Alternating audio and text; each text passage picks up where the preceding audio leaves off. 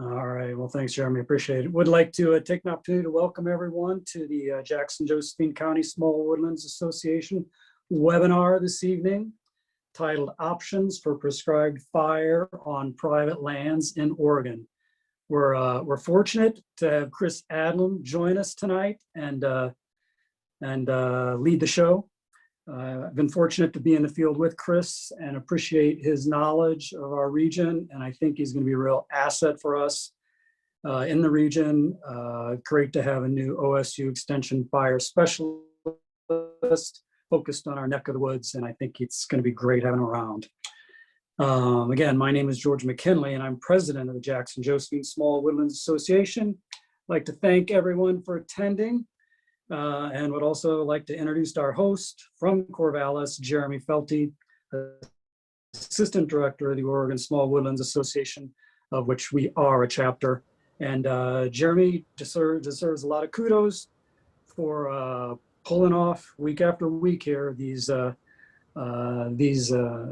webinars in a timely and constructive manner. So just wanted to make sure Jeremy got some recognition and appreciation. Thanks, Jeremy. Thanks, George. We'll move on from here and enjoy, everyone. All right, folks, before Chris gets started, if you want to go ahead and share your screen, Chris, there is a chat box. If you have any questions that come to you while you are listening to Chris speak, please feel free to post them in the chat and we'll go through them all at the end. At the end, if you want, you can unmute and ask Chris questions with your voice. I'm sure he'd love to hear some awesome landowner voices from his area. And I think I'm looking forward to this just as much as everybody else. And like I usually do, this will be recorded and put up on our oswa.org website on the Jackson-Josephine chapter page, as well as on our YouTube channel. So please enjoy, and I look forward to reading your questions to Chris this afternoon or later this evening. Thank you. All right, hi everybody. I'm going to ask a favor of you. If the sound isn't good or it seems like the connection's not so great, let me know. I can turn off my video. And in general, if I'm talking and what I'm saying doesn't look like it's on the right slide, let me know so I can fix it. So yeah, thanks to the Small Woodland Owners Small Woodlands Association, and I'm really happy to be able to be here today and talk to you about prescribed burning. This is something that is really something that is important to me, and a topic that I enjoy talking about, you know, and so I'm glad that we're all here and we can have this conversation. There will be a lot of time at the end for questions, so I'm just going to roll right into it. And I know the talk is options for prescribed burning on private lands in Oregon. You might notice here I amended that. I'm trying to make this a little bit specific to Southwest Oregon. There will be some differences across the state, but pretty minimal. So again, my name is Chris Adlam. I started in October as the regional fire specialist for Southwest Oregon with Oregon State University's Extension Fire Program. Previously, I got my Ph.D. at the University of California, Davis in ecology, where I studied the impact of wildfire and prescribed fire on biodiversity in forests in the Klamath-Siskiyou Mountains. I have a really big interest in community-based fire management. I think that will come through in my talk today, and how people can basically come together to take care of their landscapes and use prescribed fire and prepare their communities for a future with wildfire and a present, honestly. I also have a long-standing interest, and it's a priority for me to work with tribes. Tribes have ancestral knowledge on living with fire. The use of cultural burning in California today is really showing the way for what a society that knows how to live with fire looks like. And the work of tribes in advocacy and policy change is really leading to a lot of difference and a lot of change on the ground. So it's a priority for me to always work to elevate those efforts and support them. So the OSU Extension Fire Program is brand new, and Oregon is now the first state to have an extension fire program. So this is pretty awesome. And really, we hope to be of support to all of you. So we're here as a resource, and don't hesitate to reach out. And I'm going to say this a few times, don't hesitate to reach out. Our focus is through education and outreach. You know, that is one of the hallmarks of Extension. We work with landowners and agencies and all sorts of stakeholders to help people build the skills and knowledge required to live with fire. We support landscape and community planning, cross-boundary landscape management and forest restoration. And through applied research, we seek to make the latest science available and usable to people and communities throughout Oregon. So today I want to talk about prescribed fire. And I think, first of all, I'm not going to really talk about why you should use prescribed fire. Prescribed fire is important for a lot of reasons. It's really beneficial to a lot of aspects of our ecosystems. It obviously reduces fuels and enhances the safety of our structures and communities and protects lives. It is beneficial for rangeland management. It is beneficial for habitat for animals and for hunters. It's beneficial for non-timber forest products, recreation, aesthetics. I think we could go on for a long time describing the benefits of prescribed fire in our ecosystems, which are very much fire adapted.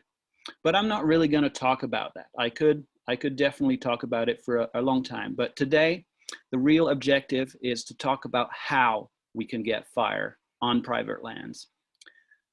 So that's the first obstacle. That's one of the obstacles, is how. Let's say you're interested in using prescribed fire. You want to do this.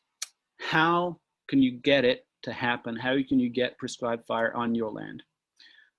There's another issue, I think, with prescribed fire, which is the majority of people, and I imagine that covers many of you, have never even seen a prescribed fire. We hear a lot about the benefits of prescribed fire. Sometimes we see smoke off in the distance, but very few people have really seen prescribed burning in action. So of course, people have a lot of questions, right? Look, I just bought a house, you know, and I had to do a lot of things for the first time. And I knew it's something I wanted to do, right? I wanted to do this, but I put it off because I had all of these questions. I didn't really know how it worked. And so, you know, eventually I found people who could help answer my questions. They were very eager to do so, mostly because they would be taking my money for the next 30 years. And there we are. Now, I had to make a lot of difficult decisions without really knowing necessarily what I was doing. And I think that's the situation that a lot of people are facing with prescribed fire. We know it's something that we hear is good. We would like to do it. But what does it really look like? And so, of course, people have a lot of questions. And I'm going to go through a few of these questions first, so that then we can be free to talk about how can we get this to happen. So first question, isn't prescribed fire risky? So the first thing is the risk involved in prescribed burning is very low. The risk of a fire escaping is very low. It's less than 1%. Depending on how you define an escape, which sounds a little pedantic, but there we are, that's somewhere below 1%. I think generally people agree on about a 0.5% rate of escape. When a fire escapes, those escapes stay very small generally. And so the word escape and fire together, that's pretty scary. And we imagine maybe the whole mountainside's burning up. But that's not the case. Most escape fires stay very small and don't do any damage. When, and this is, we're looking at increasingly unlikely situations, but when damage does occur, lawsuits, it turns out, are quite rare. So we think as soon as the fire's getting out, we're going to lose everything. Well, that's not borne out by the reality. The other thing is that there are lots of things that you can do to reduce the risk that a fire will escape and to reduce your exposure to liability in the event of an escape. So for example, people write burn plans that talk about what they're doing, where, how they're going to do it, under what conditions, what their plan is. And of course, you need to get appropriate permits for any burns over 2 acres. You need to get a burn permit and a smoke management permit through ODF. So get those permits. When you do that and you get a permit through ODF, they will send their wildland supervisor out, and that person will look at your unit and give you recommendations. Not really recommendations, they will tell you how many resources they require in terms of how many engines. That sounds like something that you might not have available, but an engine could be, in some conditions, they might accept like a pickup truck with a tank and a pump in the back, right? Or a trailer with a pump. And they're going to look at your lines around the unit and make sure that it all looks good. And they might tell you, you need to clear a little bit over here. So listen to what ODF tells you. Have those resources on site. You want to talk to your neighbors, right? If you have a neighbor who you maybe don't get along with so well, and that neighbor is opposed to prescribed burning and has let you know that fact, then you might think hard about burning up to that property line. On the other hand, if your neighbor is supportive of prescribed fire, well, still don't burn that house down, but at least you know where they stand. Let your neighbors know ahead of time, right? Don't surprise them with a column of smoke. You want to let them know well ahead of time what your plan is. Maybe you want to bring them on and walk around and show them the preparation that you've done to make this safe. You want to watch the weather very closely. Prescribed fire practitioners look at the weather in the days running up to the burn and on the hour or sometimes on the half hour during the burn to look at changes in temperature, relative humidity, and wind. And one of the most important things is to have a plan to monitor after the burn. It turns out most prescribed fires that escape do so after the burn, when everybody's gone home. Because maybe there was that one stump near the edge that people hadn't checked, and it turned out there was still some embers in the bottom of that stump. And so 2 days later, that can start flaring up again if the conditions get dry and windy. So have a plan to monitor after the burn. It turns out that this is applicable also for pile burns. Pile burns do the same thing. If you walk away from your pile burn, it would be very easy for some embers in the bottom to start flaring up a couple days later when the wind changes. This is actually the reason why, interestingly, pile burns escape much more frequently than prescribed burns do. So I think that prescribed burning suffers from a bit of an image problem. If we stop, the random person on the street might think, I believe the perception would be that prescribed fires are more dangerous or more risky than pile burns, but it turns out that quite the opposite. The rate of escapes from pile burns is higher than the rate of escape prescribed burns. Part of that might be because people are more careful in planning prescribed burns, whereas people tend to kind of light their burn piles and walk away. So that's not me taking a stab at pile burns. Pile burns are great. We need to do them, but we should be careful. And I'm just pointing out that we're okay with pile burns, even though they carry a higher risk than prescribed burns. So that's kind of an interesting perception mismatch, I think. Okay, next thing, sometimes people ask me, well, sounds complicated to get a prescribed burn out here. Can we just thin mechanically? And there's a couple of reasons why it's really strongly encouraged to use fire even if you're going to thin. So after thinning, using a prescribed fire. One of the problems is, you can see in this photo in the background, after a thinning operation, there's a lot of material on the ground. And sometimes we take out some of the merchantable wood, but there's still going to be a lot of stuff left behind.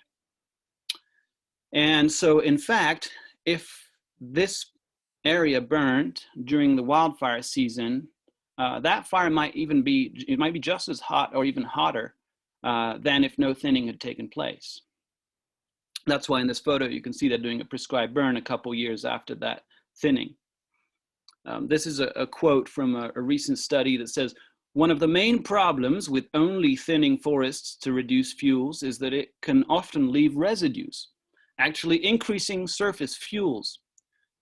Prescribed burning can significantly reduce litter and surface fuels, reducing fire intensity." So the problem with thinning is that we take things that are standing up and we basically put all of that material on the ground, but it's still there. So we need to then use fire to follow up those thinning treatments if we want them to be really effective. The other reason why thinning alone is not as effective as thinning and burning is that a lot of plants in particular require fire. And so if you just thin, the habitat for those understory plants is not going to really be ideal, right? We happen to live in Southwest Oregon in a really biodiverse part of North America, right? We have a lot of species here. Those species are mostly in the understory, right? They're understory plants. And so if you want to do you want to foster the health of your landscape, you should really think about using a prescribed burn again after thinning. So this is another quote from another recent study that says, "Neither burning nor thinning alone significantly increased understory plant richness or cover. Thinning increased richness and cover, but only when followed by fire." So while thinning can get you part of the way there, if you really want to meet your objectives in terms of fuels reduction and habitat management, it's important to follow that up with prescribed fire. Now this is, again, I'm not criticizing thinning. If your forest looks like this, you might consider thinning before putting fire in there, right? Because I think it would technically be possible to burn an area like this without thinning it, but it might not, let's say, meet the objectives of the landowner. If you want to protect the large trees, if you want this to look nice and open after the burn, you might want to go in and do a little bit of saw work before you do a first prescribed burn. Another question that people have is the perception of the neighbors. Are neighbors going to complain? And it's interesting because it turns out that surveys find that over 80% of people support the use of prescribed fire. This is nationwide. We find an overwhelming support for the use of prescribed fire. Now, it's true that generally supporting prescribed fire and being excited about seeing it happen across the fence might be two different things. So think about how support for prescribed burning also depends on people having trust in those who are burning. So again, talk to your neighbors, make sure they feel comfortable about the process, show them around your unit, talk to them about your plan. And one last question that people have is, isn't it really complicated? It sounds complicated, burning, you know, you had talking about engines and talking about digging lines, and well, prescribed fire is a bit of a choose your own adventure. You know, this on the left is last weekend at my place in the Little Applegate, and you can see I lit a small area up, and I had 4-inch long flames. It was a very, very small area, you know, and it was pretty mellow, right? And this is fine. And if you want to do bigger acres, you can have a helicopter and do helicopter ignitions, you know, like they did last year east of Crater Lake. They had a 10,000 acre prescribed burn ignited by helicopters. This is not a photo from there, but you know, so the complexity of a prescribed burn is going to vary immensely depending on your situation and what you're trying to achieve.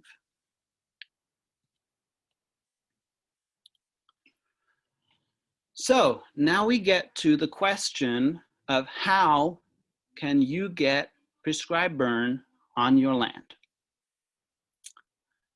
And the first option is to hire a contractor.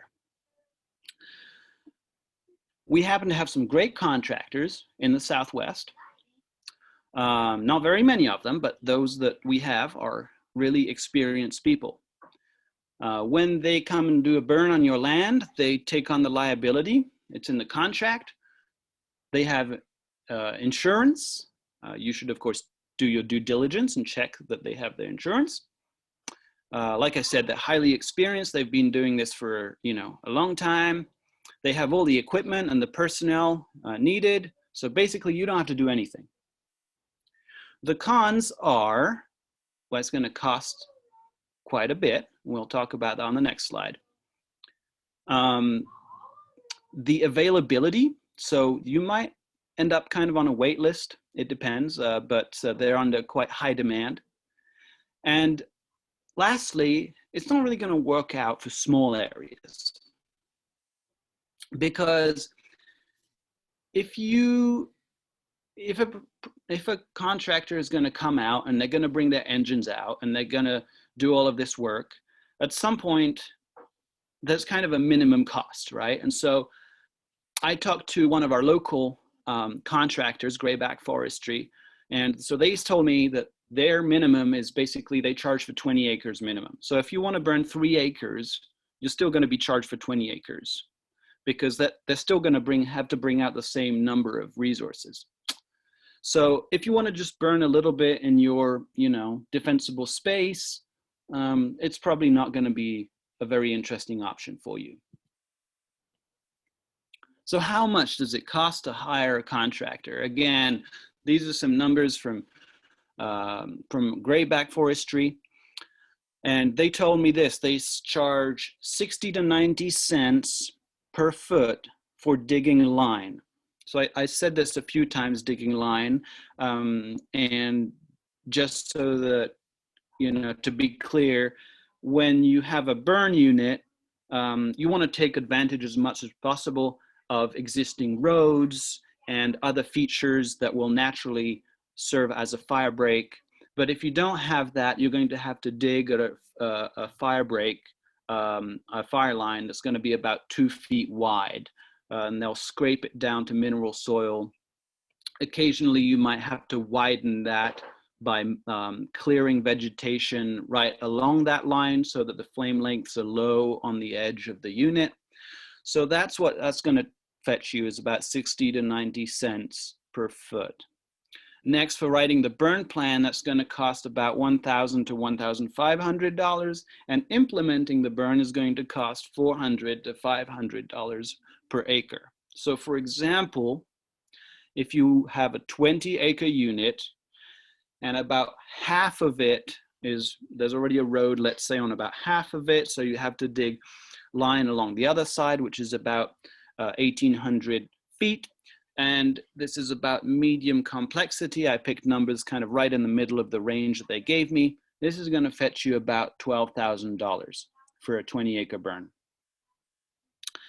And of course, in our region, it's not enough to do a burn just once. You have to do that again in a few years.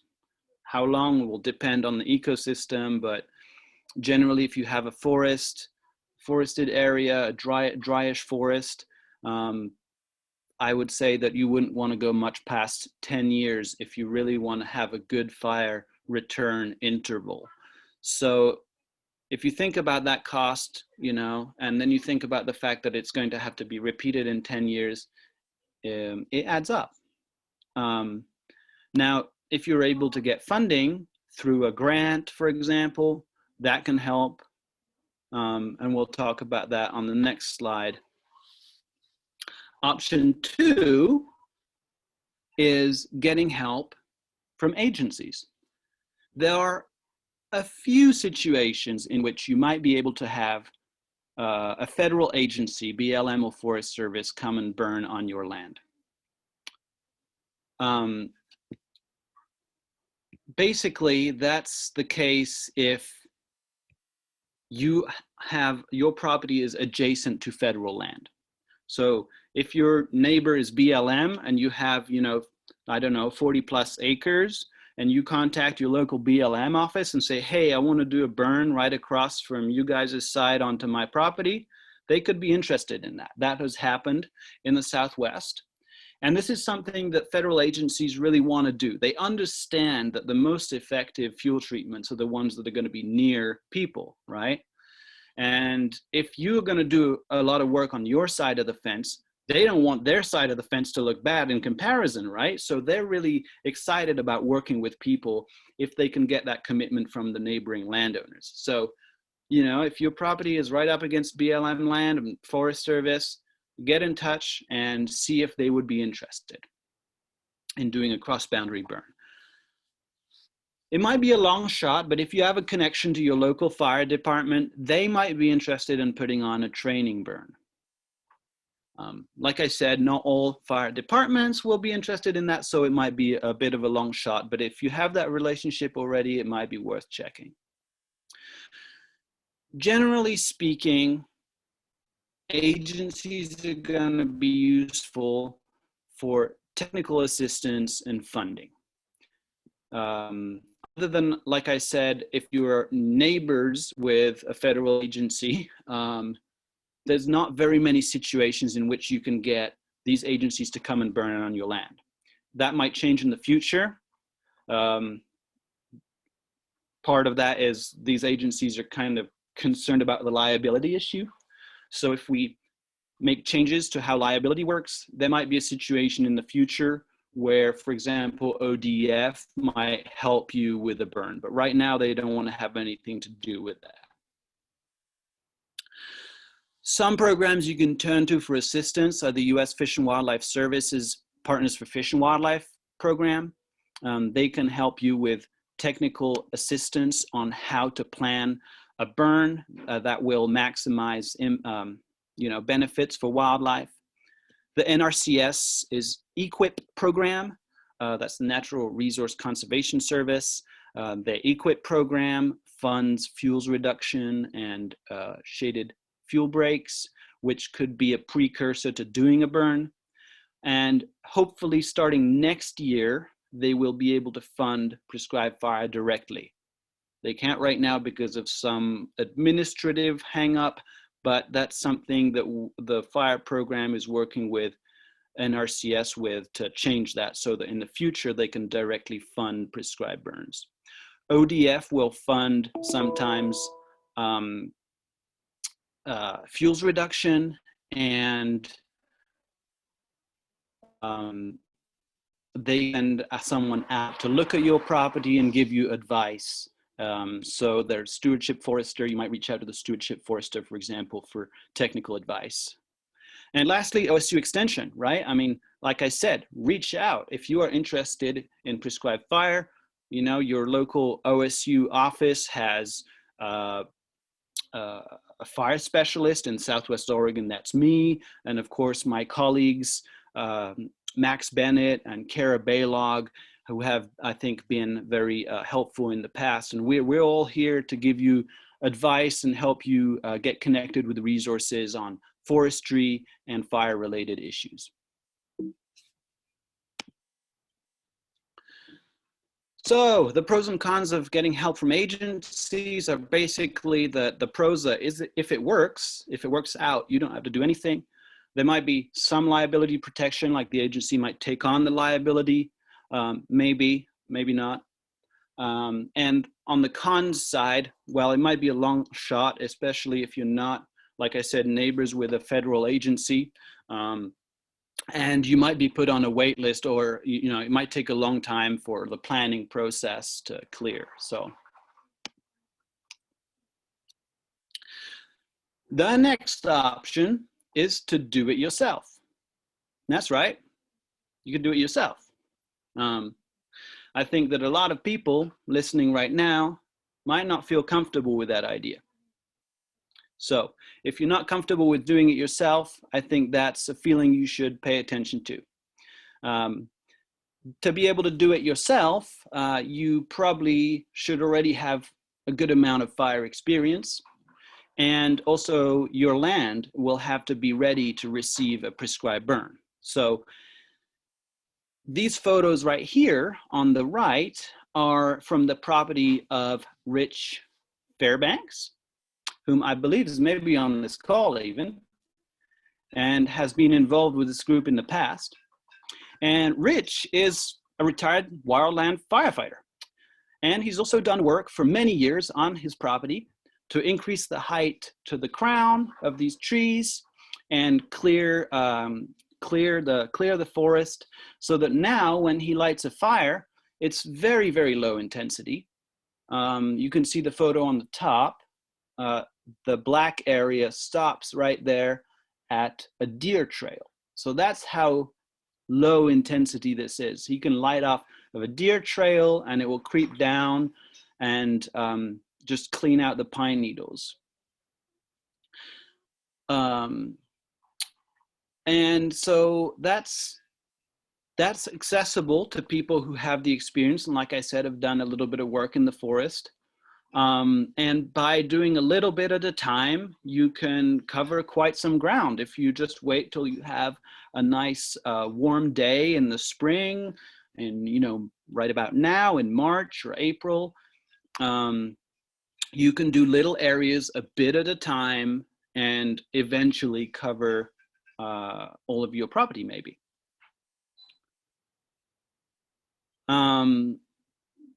So the advantage of this is that you can just do it yourself, right? So you don't have to rely on others. You don't have to rely on a lot of people to align their schedules and go through complex planning processes. And of course, it's cheap or free even. On the cons side, well, of course you need, like I said, some experience and training in order to be able to do this, right? So it's not really accessible to just anyone without experience.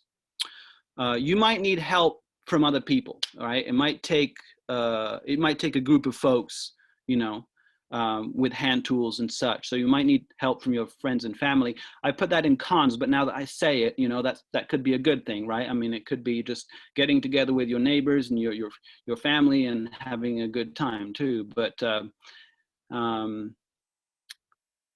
and of course, it's only going to work for really small areas and areas of low complexity and during the off season. So, usually early spring. You're going to be limited, for example, by the fact that you're going to need a permit from ODF again for any burns above the size of 2 acres or 10 tons of material. And they're not going to give a permit to somebody who's like, oh yeah, I'm going to burn this with my buddies. You're going to have to show that you have lines, that you have resources, and so on. So again, it's very limited to small areas and areas where you've done a lot of work previously in the forest to get that site ready and so on. And since you're doing it yourself, you're not going to get any help from other people, right? You're not going to get any help putting together a burn plan. and getting permits if you need to get permits. You know, I'm not encouraging people to do small burns so that you don't have to reach out to ODF for permits. You know, getting a permit from ODF also means that they're going to send somebody out, an expert, and they're going to give you their feedback and their ideas on how you can maintain a safe burn. And so there's something really valuable about getting that help. And then you work with their meteorologists to find a good burn day and so on. So there's something to be said for that. And it's something that you lose if obviously you're deciding to do it by yourself. So,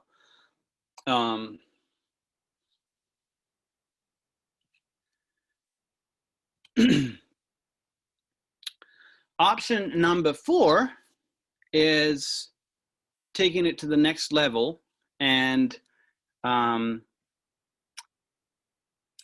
forming a prescribed burn association. And I'm going to play a quick video about what a prescribed burn association is. There's a lot of interest right now in prescribed fire, which is use fire to meet certain objectives like fuels reduction or habitat restoration. Private landowners in Humboldt County really want to be able to use this tool. Fire is something that we're all culturally connected to, and it's something that we're working to give back to the people. Jeff and I both work for University of California Cooperative Extension, which is a partnership between the University of California and the County of Humboldt. So we're actually a county department. We did the Humboldt County Prescribed Burn Association. The effort that we have here in Humboldt is the first of its kind in the West. A group of neighbors helping neighbors treat fuels and invasive species, any aspect of their land that they would like to see improved by using fire.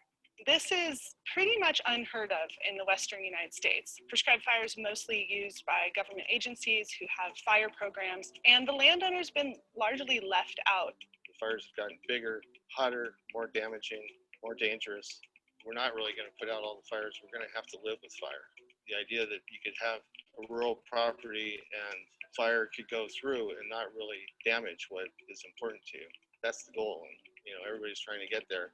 For the last 2 years we've been doing this program, we've burned almost 1,100 acres. Some people with small acreage just wanting to protect their homes to people with very large acreage wanting to improve grazing for cattle or timber production. We want this group to be volunteer-based, community-based, a model that is very cheap. And so the burn today isn't costing a lot. These people are volunteering their time, but they're also getting training. We're going to have a barbecue. It's really got this grassroots feel to it. Really great experience for volunteer fire departments. We have a lot of new trainees who maybe have never actually worked right next to a fire. And so it's excellent training for them, just to get comfortable working with fire.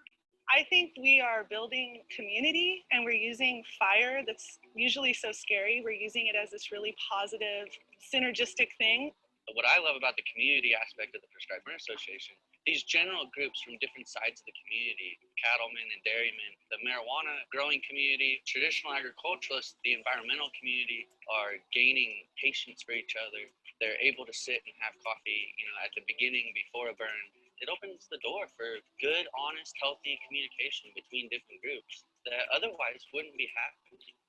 We use our program to train people, to inspire people, to empower people, because that's the only way we'll get to a scale that's meaningful at addressing the wildfire problem.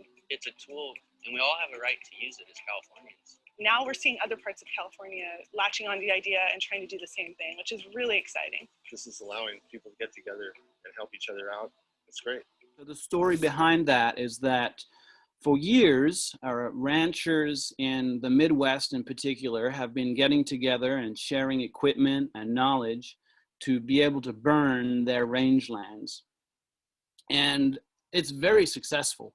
They burn more acreage in 2 states than all of the western part of the United States. Of course, it's sort of apples to oranges because they are burning wide open grasslands and they don't have some of the challenges that we have here with things like mountains and forests. So it's a little bit easier to burn in that part of the country. But still, it's been a very empowering model.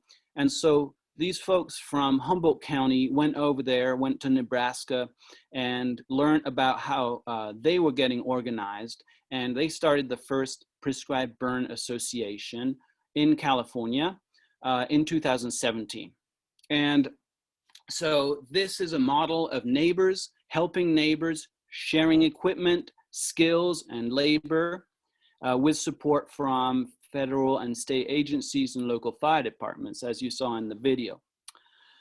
And this has been so successful that as of now, I believe there are 22 prescribed burn associations starting up across California or operating across California. So it's been a very successful model, and it's been catching on very fast. Our neighbors down in Siskiyou County are starting their own prescribed burn association also as we speak. So what are the benefits, the pros and cons of a prescribed burn association? Well, you get help from people who are experienced in planning burns, obviously. It's an opportunity for people to get training so that you can learn. It's a way that you can learn. It's free. You can go and help on a burn and get some insights on how people do burns and how this might apply to a burn one day on your land. People share equipment, including hand tools, engines, all of that, and obviously volunteers. So it doesn't end up costing very much because people are coming over to your land and helping you burn, and they're volunteers and they're getting training. Sometimes, you know, it's nice to obviously provide food and refreshments for people. And on another thing that you might consider, if a volunteer fire department sends an engine, you might consider a donation for them. But other than that, it's really cheap. Lania Quinn Davidson loves to say that a burn costs $20 for beer and pizza. And there's a community building aspect. So like Jeff Stackhouse was saying in that video, you have people who would never talk to each other, who are coming together and sharing a moment and talking and working side by side and putting their differences aside. And that's something that I think is really amazing about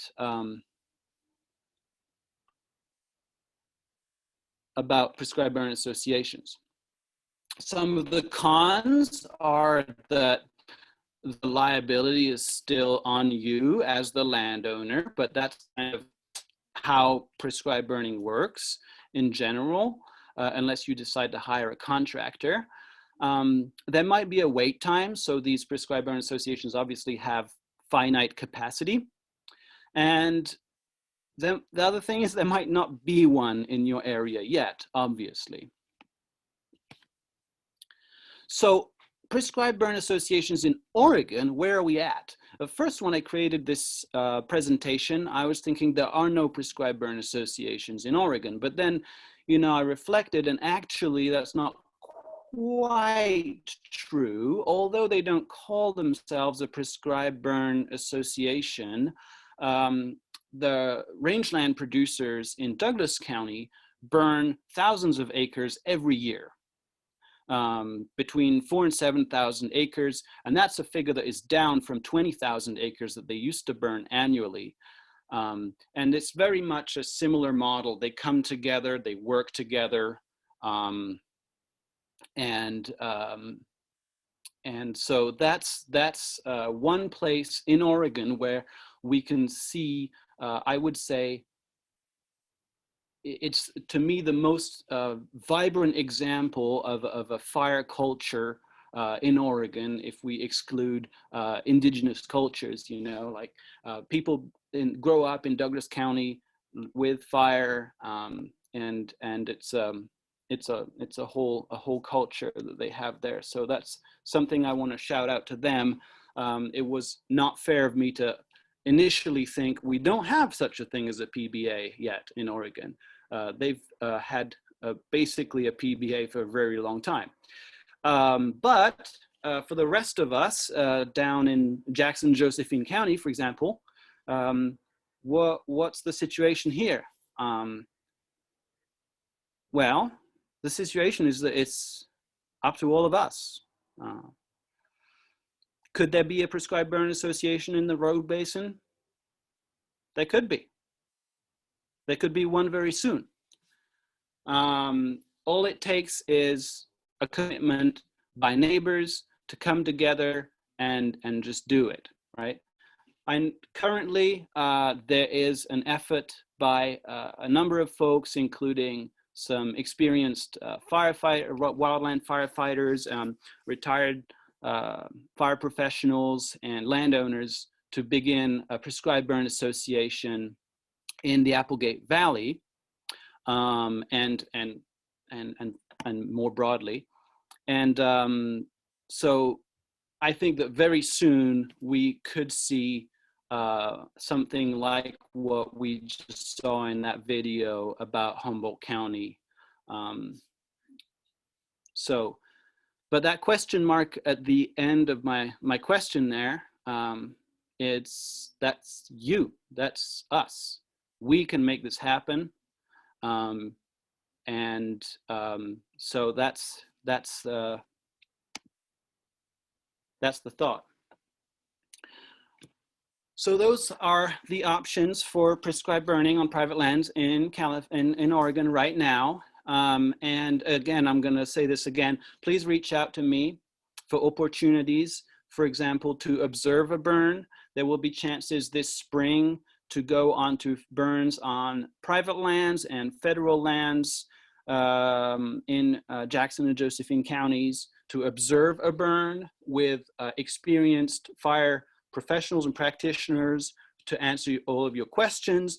If you want to get hands-on experience taking part in a training burn, there may be some opportunities this spring, hopefully more opportunities this fall, and that's something that I can let you know about as it comes up.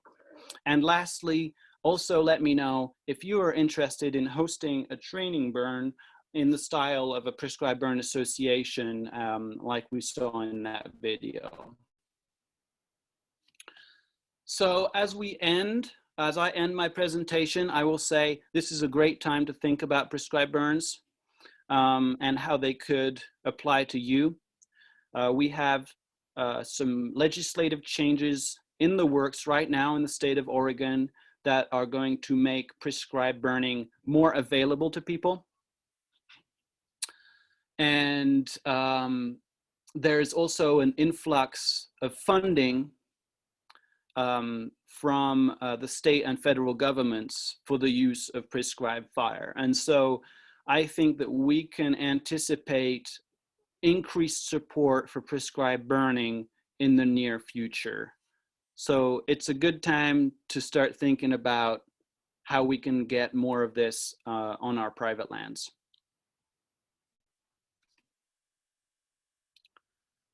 So thank you, everybody. And now I'm going to take questions. Somebody asked, you implied that under 2 acres does not require a permit. Can you confirm that, please? It's a secret. But you do need to call in and make sure that it's a burn day. So you still need to call in the county line and make sure that it's a burn day. But yes, if you have less than 2 acres or less than 10 tons of material, then ODF will not require a burn permit and a smoke management plan.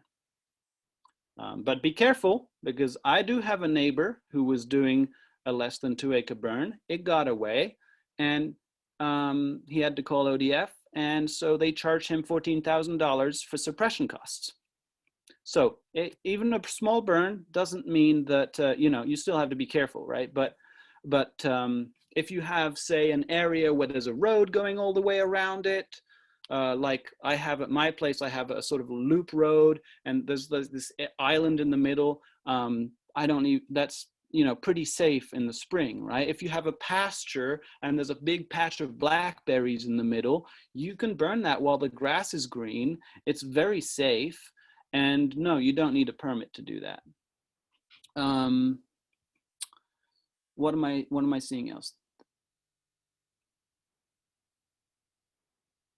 How big are PBAs? Somebody asks.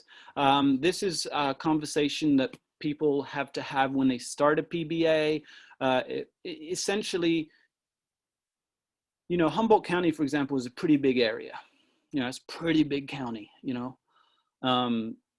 If you have a PBA that's too small, what's the benefit, right? That just means if it's just you and your neighbors, you're not going to get the benefit of having more people and more experience and more equipment, right? The whole idea of sharing equipment is that, you know, if you have a large enough area, then you're going to have people who have an engine over here, and somebody has a tender over there, and somebody over there has a trailer that they can fix up. And so you don't want it to be too small. If it's too big, then you have to drive, you know, all day just to get there. Well, that's not going to be great either, right? So there's a balance. I don't think there's a hard and fast rule. It's going to depend on the geography. My opinion would be that a rogue basin, the Rogue Basin, which is basically Jackson and Josephine County, that seems like a decent geographic area, you know, plus there's a little bit that goes to the coast, but basically Jackson and Josephine County seems like a reasonable area to me. Can these burns be managed for producing biochar? So if you want to focus on producing biochar, you will want to use a kiln or a piling method that produces biochar. However, I would say that, you know, prescribed burns are nature's way of producing biochar, basically. You know, when a natural fire burns or a prescribed fire burns through an area and you go in that area afterwards, you will see there's a lot of little black charred bits that are left behind. So I think you get a lot of that benefit, like the ecosystem gets a lot of that benefit naturally when you do a prescribed burn. Of course, if you want to produce biochar because you want to be able to collect it and use it as a soil amendment or whatever, that's probably not going to be the best way to go about it. Somebody says, for small, about 5-acre pieces of land, what combination and cadence of thinning and burning do you recommend? Well, it'll depend on the ecosystem, but the size is not really sort of the thing that matters so much as the ecosystem. So if you have a grassland, you could burn that every year or every other year if you want. If you have an oak woodland, similarly, oak woodlands were burnt by native people very frequently. And so that an oak woodland can burn every year, 2 years, 3 years, 5 years. If you have a dry sort of conifer forest, ponderosa, mixed conifer forest, that might burn every 7 to 10 years. And normally I would say that the thinning is something you do once. If that area has not seen fire or thinning in a long time, you would thin once. And ideally, the idea is that then you can just do burns to maintain that thinned forest. Or maybe you do a little bit of thinning and then later you realize actually you should thin a little bit more. That's kind of up to you and what your objectives are.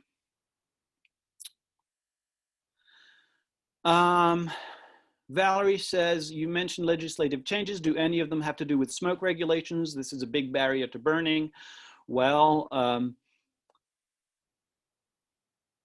it is an obstacle. There were legislative changes, what was it, last year or a couple years ago, that it made it so that communities could make their own plan to allow for increased smoke from prescribed fires.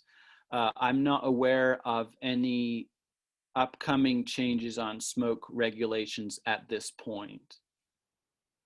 Please talk about air quality. Since we're on that topic, that's great. How is it handled? What is the monitoring agency? And what about smoke that originates one place but affects breathing for everyone, even if they don't benefit?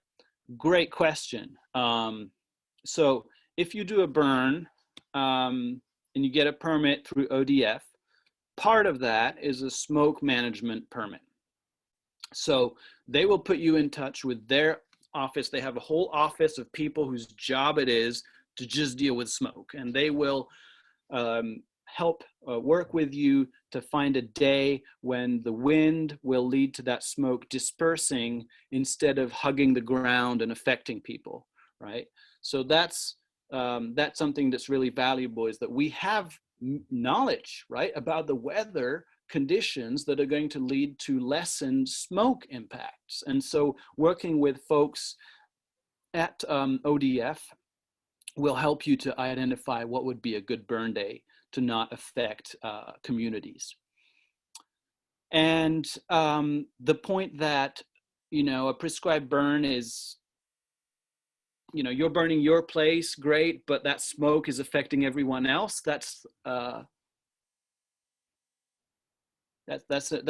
really interesting. You know, it's almost reminds me of sort of like a tragedy of the commons thing or something. But the thing is that, again, first of all, you pick a day when you're minimizing the risk of affecting other people. Also, the idea of burning is that when a wildfire comes through, it'll be easier to put out. And so therefore, if we burn enough, we will actually be limiting the amount of fire from wildfires, which right now, I mean, the smoke from prescribed fire currently is minimal compared to what we had last year in September and October, right? It doesn't even compare.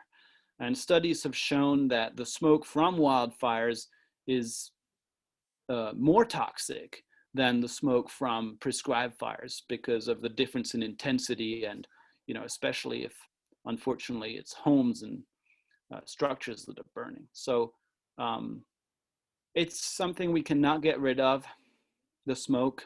It's part of the deal, but there are things that we can do to minimize how much it's going to impact people. How are riparian areas treated in burn areas? We have fisher, great gray owls, and ringtails on our property. Well, first, let me tell you, you are very lucky. Great gray owls, that's something.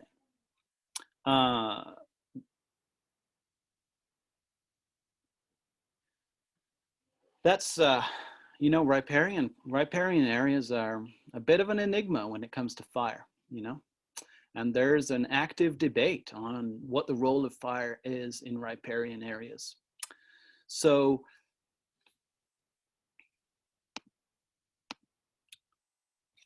Jeremy, would I be able to ask you a favor? Can you put my email address in the chat while I keep talking? Some people are asking about it, and I don't want to stop. I want to keep answering questions. Thank you.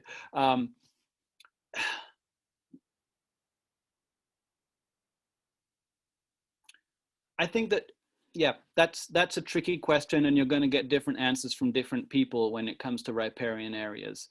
Some people think that fire doesn't belong in riparian areas. Other people absolutely disagree. I think it's going to depend. It sounds like from where you are, if you have great gray owls, you're probably somewhere pretty high elevations, and we're looking at, in my mind, I'm thinking of like meadows, high elevation, and that's going to be very different from, like, you know, the Bear Creek Greenway, which, you know, obviously we'll see how the riparian zone there responds to fire.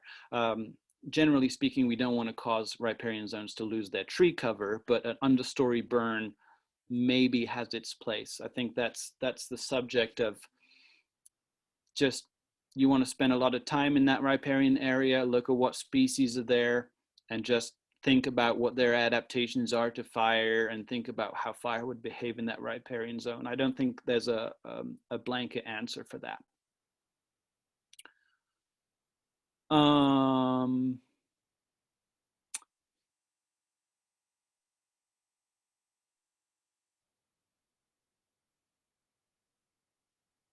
Somebody says, oh, this is a great question, Cheryl.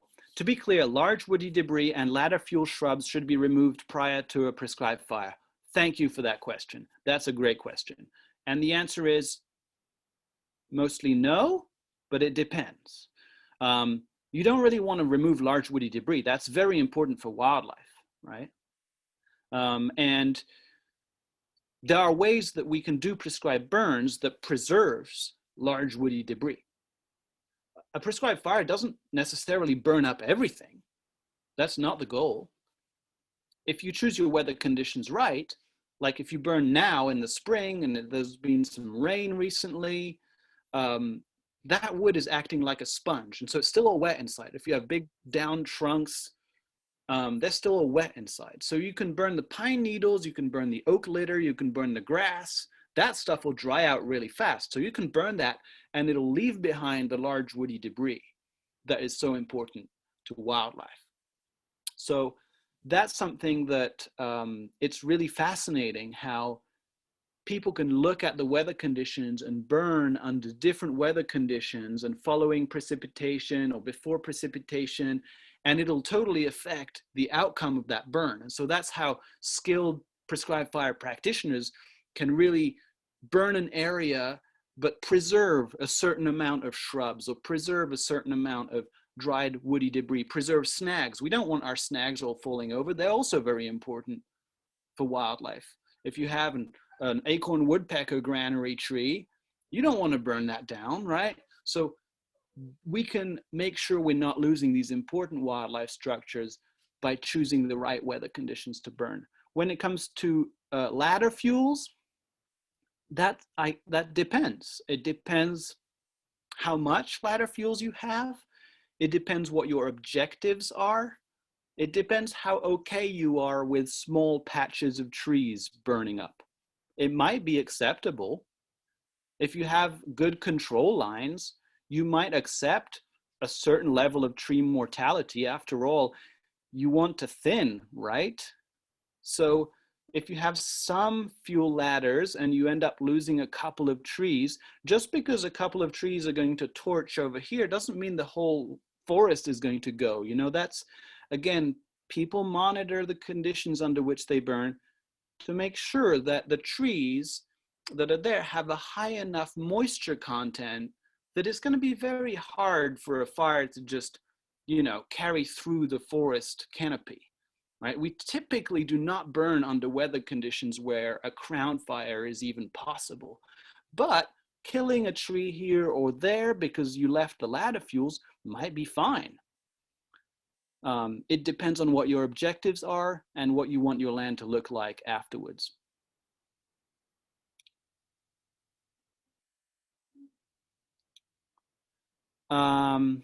Jeff asks, how dry do conditions need to be for a prescribed burn?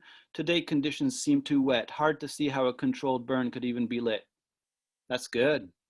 I like that Jeff is observing the conditions outside. And, you know, I think we should all do that.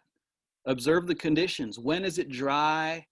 How does it feel? Try to pick up some leaves. Do they crumble when you hold them, you know, or do they kind of seem moist, you know? Pine needles, if you hold a pine needle and you bend it slowly, is it going to bend all the way? That means it's got a quite high level of moisture in it. But if it breaks right away, you know it's very dry. So yeah, that's good. Watch that. Today I'm in Cottage Grove.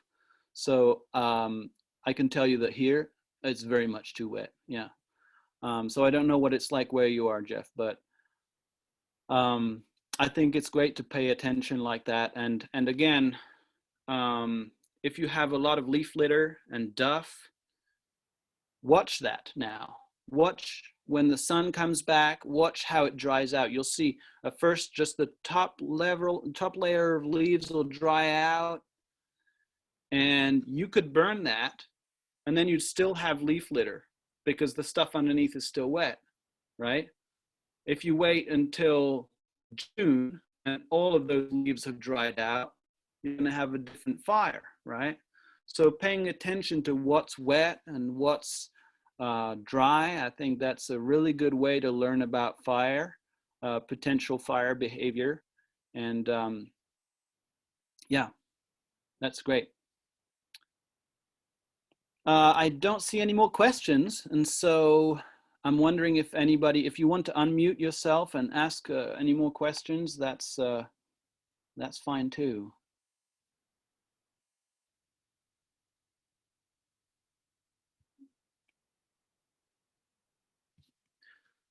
I'm also going to put my phone number in case you want to give me a call. Well, this has been outstanding, Chris. I don't have any questions for you, and I don't know if I have to unmute people for them to be able to speak or not. But for everyone, I thank you so much on behalf of the Small Woodland Owners Association to speak for us this evening.